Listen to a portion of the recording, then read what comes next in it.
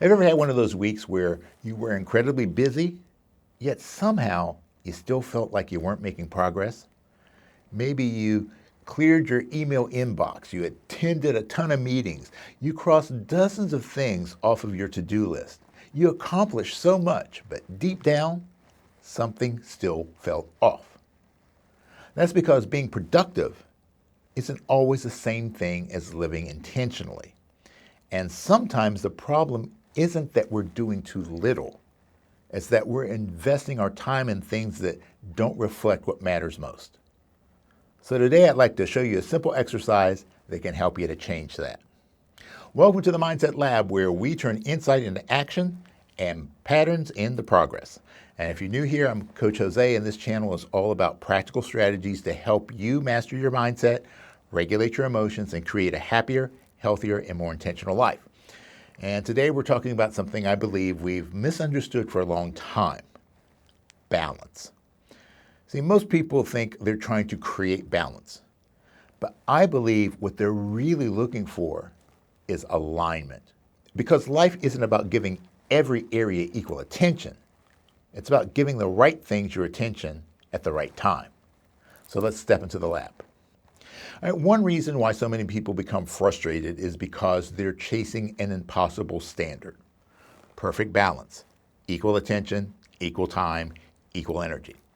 But life does not work that way. Life moves in seasons. Sometimes your career, that needs more attention. But sometimes your family does. Sometimes it's your health. Sometimes you simply need to rest and recover. Trying to keep everything perfectly balanced often creates guilt instead of growth. Look, life isn't asking you to balance everything. It's asking you to notice what needs your attention right now. Now, here's a simple exercise. Open your calendar from last week. Now ask yourself, what story does it tell? Not the story that you intended to live, the story you actually lived. Your calendar reveals your priorities. Your habits reveal your priorities. Your attention reveals your priorities. Sometimes that's encouraging, and sometimes it's eye-opening, because there's often a gap between what we value and where our time actually goes. And awareness is where the change begins. Now, whenever I need to reset, I come back to a framework that I've used for years. It's called the 5 Pillars of Holistic Well-Being. And those pillars are the physical, the mental, the emotional, the spiritual, and the financial. Now, think about them like the legs of a table. If one becomes weak, the whole structure becomes less stable. Every pillar deserves attention, but not every pillar requires the same amount of attention during every season. See, that's the difference between balance and alignment. So let's do a quick check-in together. For each pillar, give yourself a score from 1 to 10. Not to judge yourself, simply to increase your awareness. So we'll start with the physical. How are you caring for your body, your sleep, your movement, your nutrition, your overall energy? What score would you give yourself? Then we move to the mental. What are you feeding your mind? Are you learning? Are you growing?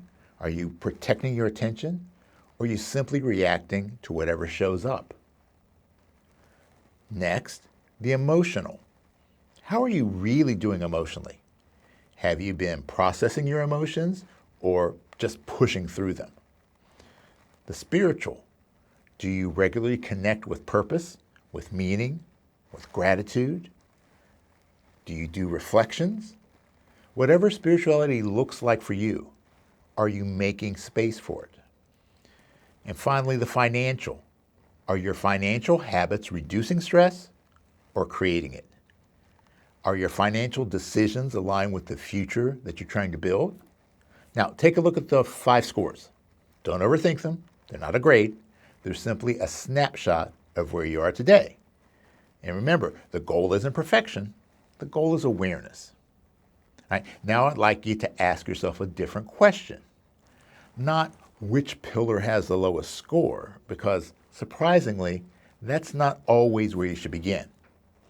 Instead, ask yourself, which one pillar, if I strengthened it, would create the biggest positive impact on all the others. Now, just think about that for a moment. See, sometimes improving your physical health gives you more energy, which improves your mood, which helps you think more clearly, which makes you more productive, and which even improves your relationships. Right? So one small improvement creates a ripple effect.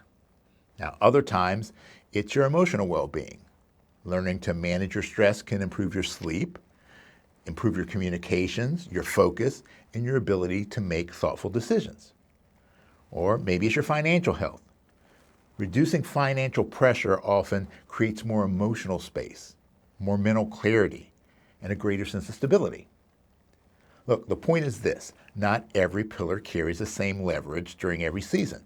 And that's why alignment is so powerful. It helps you identify the one place where a small improvement can create the biggest overall impact. All right, now, here's your final question. What's one small action I can take today? Not this month, not someday, today. Maybe it's scheduling that doctor's appointment, taking a 20-minute walk, reading 10 pages of a book, meditating for 5 minutes, calling someone that you've been meaning to reconnect with, reviewing your budget, or simply getting to bed a little earlier tonight. Now, remember what we talked about in last week's podcast. Big transformations rarely begin with big actions. They begin with small actions, repeated consistently. One intentional step today can completely change where you're headed tomorrow. Now, here's something I'd love for you to remember. Alignment isn't something that you achieve once. It's something you practice every week, every month, every season. Life changes.